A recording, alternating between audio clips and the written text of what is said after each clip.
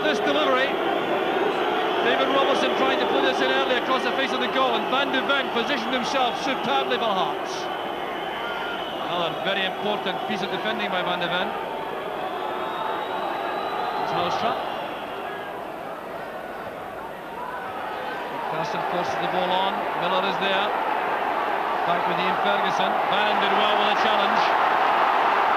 Only played up front is John Robertson for Hearts. And that acceleration there again from David Robertson, enough to halt that move forward by Hearts.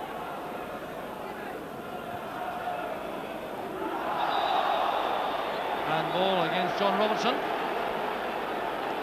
A little discussion there with the referee, David Syme. Gately again getting a touch on, but it was interesting to see Levine continue the challenge and Van de Ven immediately peel off to provide depth behind him in case Hately got the touch on. So carefully thought out defending as usual from Hearts. John Miller lofting it forward. Brown's clearance. The foul by Robertson on McPherson right in front of the referee's eyes.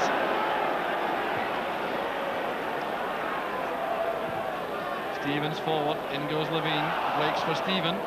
Great pass to Gordon, McCoist waits in the middle. There's McCoist! Supreme finishing once again from Ali McCoist. Goal number 32 of the season. His first glimpse of goal. Look at the quality of that pass from Trevor Stephen. Gordon waiting for McCoist to make the run and get away from Alan McLaren. The diving header left Henry Smith without a chance. A glorious goal from McCoist. Conceived brilliantly from midfield. And once again, it was the timing of his run into the area which made life so difficult for the Hearts defence. So a throw to Rangers. McCoist back to Stevens. Confident play by Stevens. Van de Ven cutting across the bows of Hately. As Craig Levine didn't realise Houstra was in such close attendance. It's a rocky spell this now for Hearts. Rangers may sense the game is now there for the winning in the next few minutes so they can snatch a second.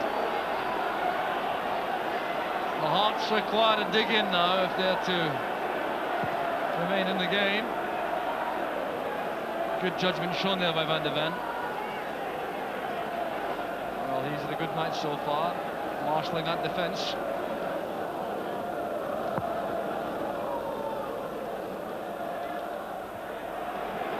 Hately.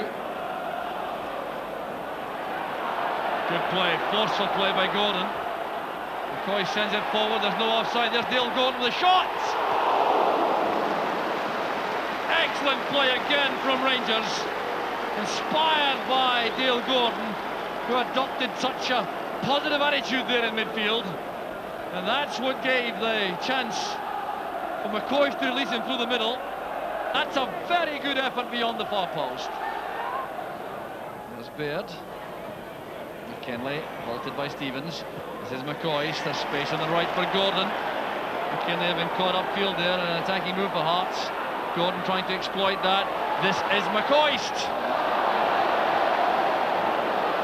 Well, was he guilty of overconfidence?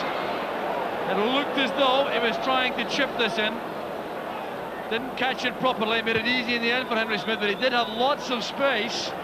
And that indeed was the last attack of the first half, which has ended satisfactorily from the Rangers' point of view, thanks to that superb goal in 24 minutes scored by Ali McCoist, his 32nd of the season, created by Trevor Stephen initially, then by the cross from Dale Gordon, a diving header, and that's the difference between the two teams at half-time. It's Hearts 0, Rangers 1. The vital 45-minute period coming up, while Hearts requiring to find a way through the Rangers defence at least twice if they're to keep right in the league race. Rangers good value for that one-goal lead at half-time. Hearts certainly battled all the way, especially early on, but from the moment when Rangers conjured up that superb opening goal from McCoist in 24 minutes. They look to be in command. And a little bit of handball there by McCoist. So he ducties his brand new strip for the second half. Well, it's great enthusiasm there, trying to keep themselves warm. They've given up on keeping dry.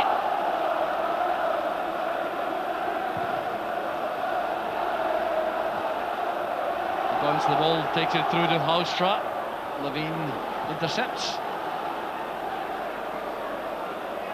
Robertson and McPherson both miss it. It's through with Gary Stevens now. An awkward one there for McLaren. All he can do is hold it up there for Ferguson. And there is McCoist. Rangers want a corner. They're not going to get one. There was a flag up for offside here. McLaren lost his bearings there. There was Ian Ferguson with a shot. Now McCoist at that point, I'm sure, was offside. Derek Ferguson. Baird. Berry. Challenge is made by Stephen. And then by Van de Ven, but Stephen is onside. He's in the clear now. A chance to go into the Hearts box. Looking for Hateley. And the cover provided extremely well there by Craig Levein. And some good play here by Trevor Stephen. He tried to look up and spot Hateley. Levein was alive to that. Headed away was by Levein. He thought that was a deflection. He's looking for the throw, but he's not going to get it.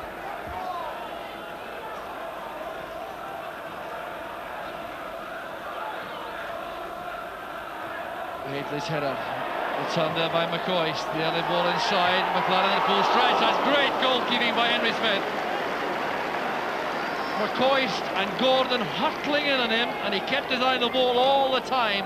What a good exchange this is. Hateley to McCoist. Space now for Hateley. Sends it in early. McCoist trying to get away from McLaren. Gordon was there also. That's well taken by Robertson on the run. Derek Ferguson playing it back through for John Robertson, but David Robertson is so quick. Well, that pass from Derek Ferguson would normally have been an outstanding ball, but against the pace of David Robertson, it was made to look a poor ball, which it certainly wasn't. Haustra releasing Hateley. McCoist on the far post. Ferguson wants the ball short. He was the target. A very good positioning there by Van de Ven. McLaren to Bannon. Shoulder charge on the line there. Brown and Robertson. The result will be a free kick, I think, to Hearts. Always very hard to tell what's going through the mind of Joe Jordan, the Hearts manager.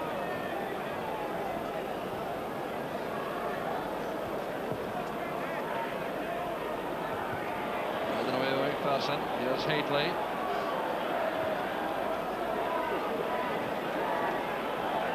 Levein.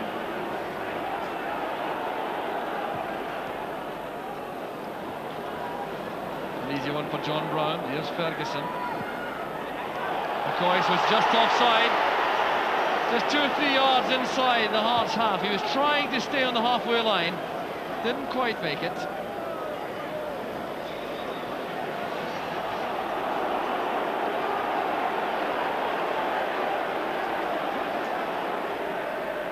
Insisting that the free kick is taken from inside the Hearts half. That's certainly natural enough. There's John Robertson, just out of reach. Oh, how dearly Robertson would love to snatch an equaliser.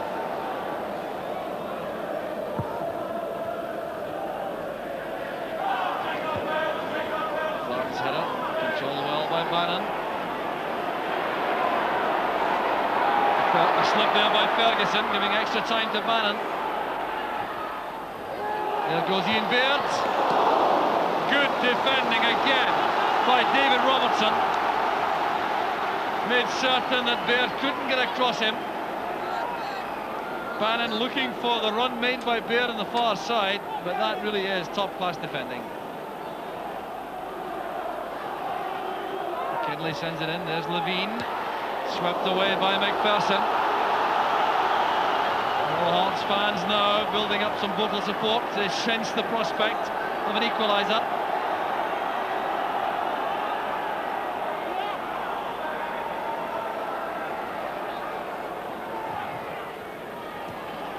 There's the chance this time! Turned in by Baird! The goal which has been threatened for the last 10 minutes arrives, courtesy of Ian Baird. And the head flick on from Levine played a vital part in that, allowing Baird to go diving in for the finish. Well, he enjoyed that all right. Ian Baird getting his 5th goal of the season and tying the match up at 1 goal apiece. That goal coming 17 minutes into the second half. So what a match we have in our hands now. Hearts will only be thinking about victory now. Here's John Brown though, charging forward for Rangers. The interception made by Van de Ven. The linesman says the ball was out. The Hearts fans aren't happy about that, but it's a throw to Rangers.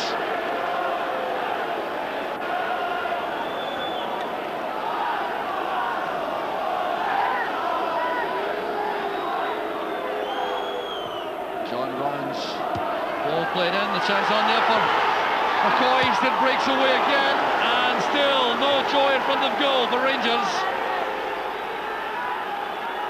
Well, the driven ball in there caused the problem. There was Hateley knocking it into space. Trevor Stephen in the first chance, then McCoist, and Smith spread himself well.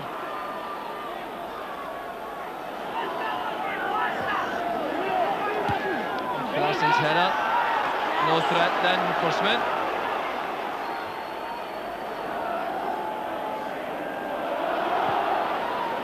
Gordon giving the ball too much here, I think, making it difficult for Haustra. Haustra wins it back though, holding off Berry. Ian Ferguson. Gary Stevens breaks on the right. Good ball inside, there's McCoist. Always willing to try for goal, McCoist, whenever he's around the box. It's just about the first time in the match Gary Stevens has gone so far forward. It was very effective indeed. The first time cushion volley layoff, McCoy snatched at that first time effort. So in the meantime, Hearts have made a substitution. They've brought on Ian Ferguson. And off goes Eamon Bannon. Trevor Stephen to Ian Ferguson. Here's David Robertson. He's very pacey indeed going through this position. An awkward one. Well taken by Henry Smith. He got his body behind the initial effort from Robertson and then reacted extremely well to McCoist's attempt on the rebound. To look at the way this spilled away from him, but he was there to smother the effort from McCoist. Ian Ferguson tried to find Stevens. Robertson intercepted. Good ball that from Baird. Another example of his very good feet there as Ian Ferguson goes charging forward, taking on John Brown. And the goal kick it is. Well, he's unorthodox, but he's full of enthusiasm. He's got a good touch in the ball frequently, and he's troublesome for defence. He's all right, Ian Ferguson.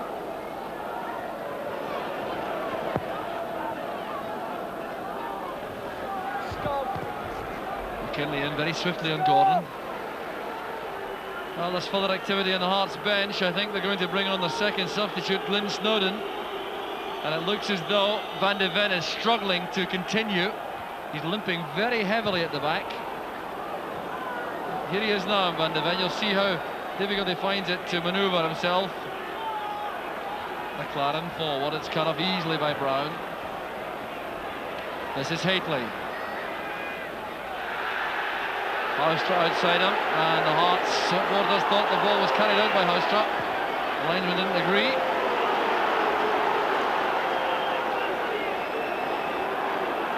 Van de Ven forward, Robertson clearly offside. And now Van de Ven will leave the field. That thigh injury, too much to cope with. He goes off. The replacement is Glyn Snowden.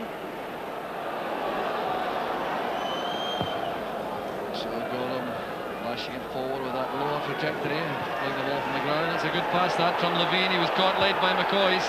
Snowden plays the ball on. Levine is still out of the play on the ground. This is Ian Ferguson, showing a lot of confidence in possession. Berry on the right. Another away reaches Derek Ferguson. That's for Snowden. Levine is still on the ground inside the Hearts half. Another away there by McPherson. Reaches Miller. That's Bear. Back to Berry. Still the pressure is on. Ball reaches John Miller. Was that handball? No, says the referee. It was played against Dale Gordon's left arm. Certainly didn't appear to be deliberate in any way.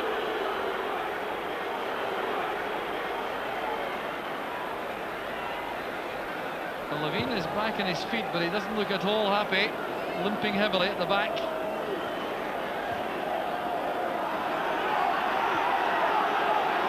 And downpour is now turned to sleet and snow.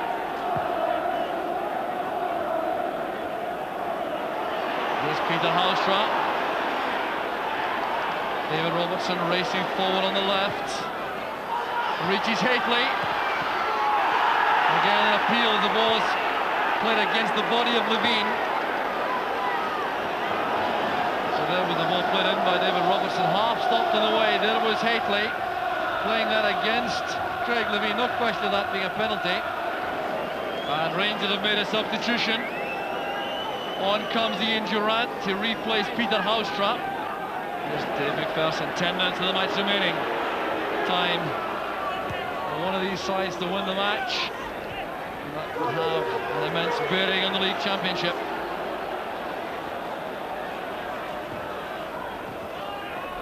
With Durrant. Now McPherson well forward on the right. Back with Gary Stevens.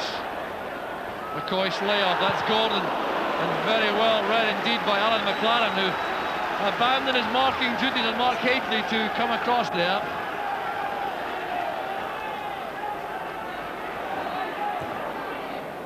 One for John Roberts in the chase, but he has been very carefully policed all afternoon by the Rangers defence. That's Miller. McLaren. Ian Ferguson. Derek Ferguson asked to do a great deal there. Challenging Durrant. Here's Mark Hateley. McCoist in the clear on the right. Still Hateley looking for McCoist. Berry was in the way.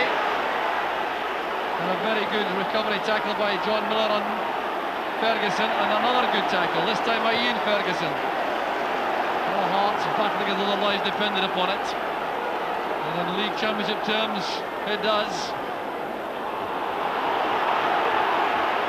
Here's Ian Ferguson. Good goes towards Trevor Stephen. Good defending again by Hearts. Not much on there for the clearance from Ferguson. This is Stevens. John Brown had called for that. To the middle it goes for McCoist, but Henry Smith is smartly off his line. So no joy at the death there for McCoist.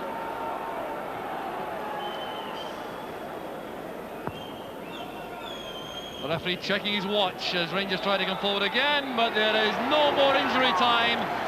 The match is over with honours even, and great credit goes to Hearts for the way in which they fought throughout that second half to overcome the goal scored by McCoist in 24 minutes.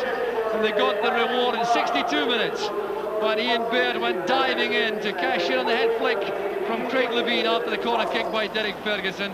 Hearts deserving something for their massive effort in the second half to cling to Rangers in the league championship. At the end of the day, in miserable conditions, McCoist, the Rangers captain, goes off, having scored the goal which might have won the game for Rangers.